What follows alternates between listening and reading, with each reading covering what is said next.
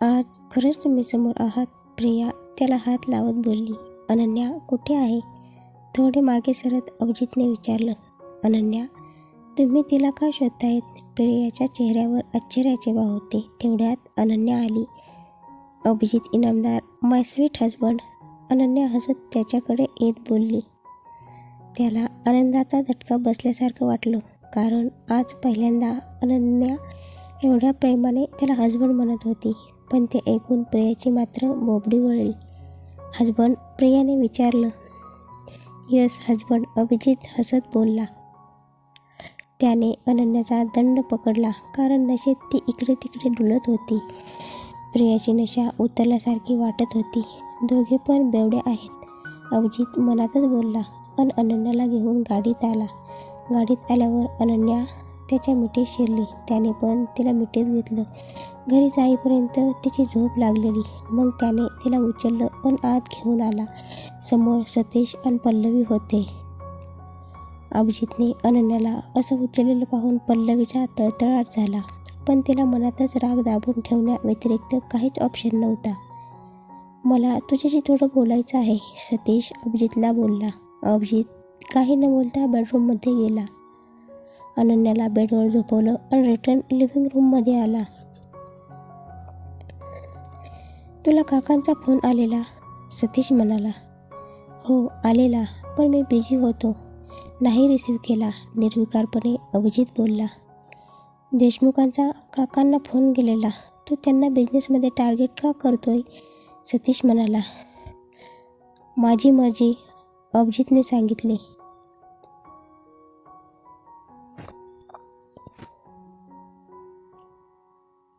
जे काही झालं त्यात त्यांची चूक नव्हती.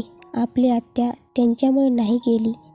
ते मैत्रीचा हात पुढे करतायत तर तू का शत्रुत्व घेतोय? सतीश थोड्या मोठ्या आवाजात बोलला. पल्लवीने त्याच्या खांद्यावर हात ठेवला शांत राहण्यासाठी. आवाज खाली. अभिजितच्या नजरेत सरब होती. अरे ते त्यांची मुलगी आपल्या घरात देत आहेत, तू त्यांचा जावई व्हावा म्हणून. ते काकांना फोन करतायत, ते आपल्याशी नातं बनवायचा प्रयत्न करतायत आणि तू शत्रुत्व घेतोय. हे विसरू नको की आपली आजी त्याच घरातून आलेली. ते आपले नातलग आहेत. सतीश शांत होत बोलला. झालं एवढंच बोलायचं होतं? अभिजित म्हणाला. आणखी खूप सांगायचं आहे तुला. माहिती असायला हवं की ती अनन्या. सतीश आणखी पुढे बोलत होता पण अभिजितचा आवाज चढला. इनफ. अनन्याबद्दल चौकशी करणं सोडून द्या, नाहीतर मी विसरून जाईन तुम्ही माझे कोण आहात. आत्ता जावा तुमच्या घरी. किती दिवस माझ्या घरी राहणार आहात? उद्या मी गाडीची व्यवस्था करतो, तुम्हाला घरी सोडून येईल. आत्ता मला झोप आली आहे. Good night. अभिजित निघून गेला. याला तिच्याबद्दल सगळं माहिती आहे, सतीशने अविश्वासाने पल्लवीला विचारलं. कदाचित माहिती आहे, पण तो आत्ता प्रेमात आंधळा झाला आहे. आपण योग्य संधीची वाट पाहायला हवी. पल्लवी. सतीशच्या चेहऱ्यावर राग, असहायता स्पष्ट दिसत होती. पण त्याचं आमच्या आत्यावर खूप प्रेम होतं. त्याने हे कॉन्ट्रॅक्ट मॅरेजसुद्धा आत्याच्या शेवटच्या आठवणींसाठी केलं. मग आता तो असा का वागतोय? सतीश म्हणाला. मला वाटतं आपण वाट पाहायला हवी. तुमच्या भावाचं मन आजपर्यंत कोणीच ओळखू शकलं नाही. कदाचित त्याच्या मनात आणखी काही प्लॅन असू शकतो. कदाचित रिव्हेंज. पल्लवी म्हणाली. तिचं ऐकून सतीशच्या डोळ्यात चमक आली. शेवटी अभिजित त्याच्या आत्यावर खूप प्रेम करत होता. तो असं वाहत जाणार नाही, तेही त्याच्या आत्याच्या खुन्यासाठी. अभिजित जेव्हा बेडरूममध्ये आला, अनन्या रडत होती. तो तिच्याजवळ गेला आणि तिला समजावू लागला. ती अजूनही नशेत होती. अनन्या, काय झालंय सांगशील? अभिजितने तिचा हात हातात घेत विचारलं. तुम्ही खूप क्रूर आहात. तुम्ही काम झालं की मला फेकून देणार, अनन्या मुसमुसत बोलली. हॉट रबिश, तुला कोण बोललं हे? अभिजितच्या कपाळावर आठ्या होत्या. त्याला शंका आली होती. ते कोण होतं त्याची? अभिजित, खरं सांगा ना, तुम्ही मला नाही सोडणार ना? अनन्या त्याच्या डोळ्यात पाहत बोलली. No never. अभिजित तिला मिठीत घेत बोलला. मग तुम्ही माझ्याशी लग्न का केलं? तुम्हाला काही हवं होतं म्हणून ना? ते मिळाले की तुम्ही मला सोडून देणार? अनन्या आणखी रडू लागली. अभिजित तिला शांत करत होता. का एवढी काळजी घेता माझी? का एवढे जवळ आलात? मी प्रेमात पडले ना मग. आत्ता तुम्ही सोडलं तर मी जगू कशी? अनन्या भावूक होत आणि अडखळत बोलत होती. ती त्याच्या कुशीत शिरली. त्याची गरम कुशी तिला जगात सगळ्यात जास्त सेफ वाटत होती. तो तिला थोपटत होता.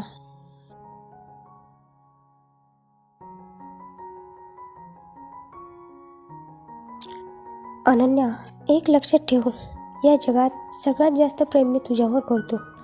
कोणी कितीही आणि काहीही बोललं तरी तू माझ्यावर विश्वास ठेव. कारण माझ्यासाठी या जगात एकच सत्य आहे आणि ते तुझ्यावरचं प्रेम आहे. त्यापुढे बाकीचे सारं काही फिकं आहे.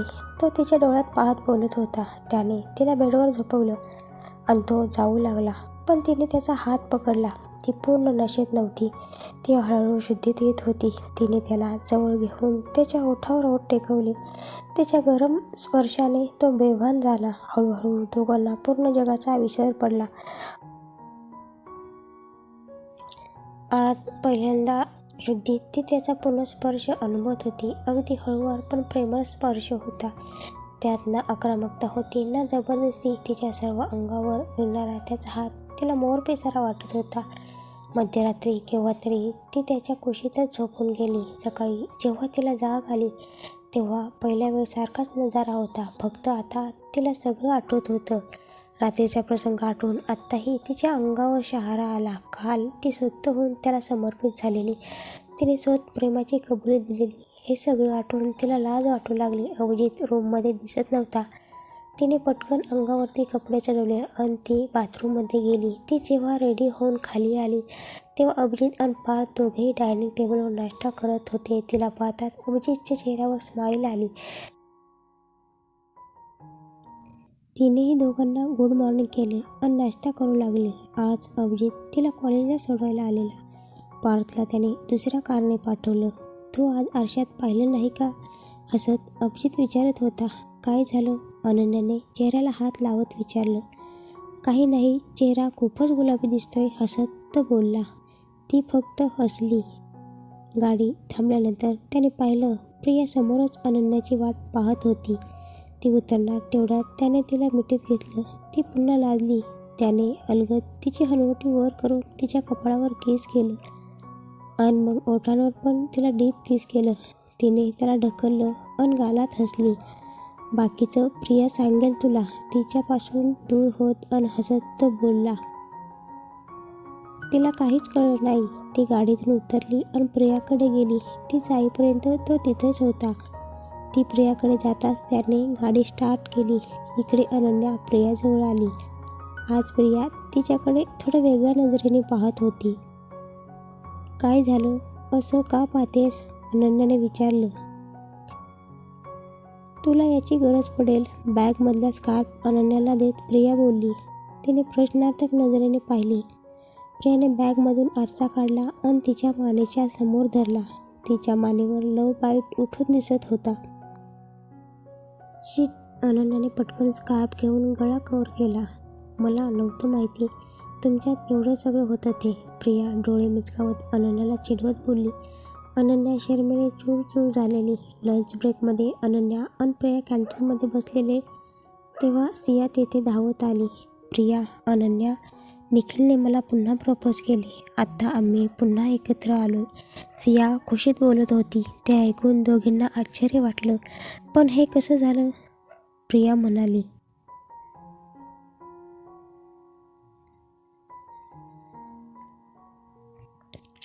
माहिती नाही, पण काल अचानक तो घाबरत समोर आला आणि बोलला, मी तुला कधीच धोका देणार नाही.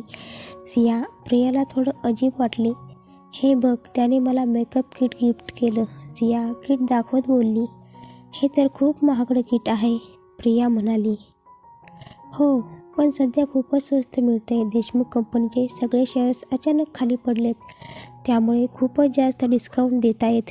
सिया हे ऐकून अनन्याला थोडं आश्चर्य वाटलं, पण तिने इग्नोर केलं. आत्ता पुढचा 1 महिना फक्त स्टडी करायचा होता, कारण एक्झाम जवळ आलेल्या. सगळेजण तयारीला लागले होते. मी सध्या तरी त्यांच्या लफड्यात पडणार नाही. सतीश ब्रो, वहिनी प्लीज, तुम्ही हे का करतायत? यात नक्की काय आहे? अनन्याला जर धोका असेल तर सॉरी, मी करणार नाही आणि तुम्हाला पण करू देणार नाही. ड्रिंक टेबलवर ठेवत पार्थ बोलला. पल्लवीच्या चेहऱ्यावर निराशा दिसू लागली. सतीश शांत बसलेला. मी सगळं त्यांच्या भल्यासाठी करते. तुला असं वाटू तरी कसं शकतं की मी कोणाला हर्ट करेन? पार्थ, मी फक्त सांगते की अनन्याला आत्याच्या बंगल्यात घेऊन जा. तिला दाखव तो बंगला, पल्लवी म्हणाली. पण का? पार्थ म्हणाला. अनन्याला हे कळणं गरजेचं आहे की अभिजितने तिच्याशी कॉन्ट्रॅक्ट मॅरेज का केलं, सतीश म्हणाला. हो, पण ते अभिजितकडून कळलं तर जास्त बरं होईल. एवढं बोलून पार्थ उठला. अनन्याने सुसाईड केलं तर तुला कसं वाटेल? पल्लवी बोलली आणि पार्थच्या कपाळावर आठ्या उमटल्या. हॉट रबीश, ती तसं का करेल? पार्थ म्हणाला. कारण अभिजित तिला तसं करायला भाग पाडेल, पल्लवी बोलली आणि पार्थ पुन्हा चेअरवर बसला. आवडते ना अनन्या? पल्लवी त्याच्याकडे रोखून पाहत बोलली.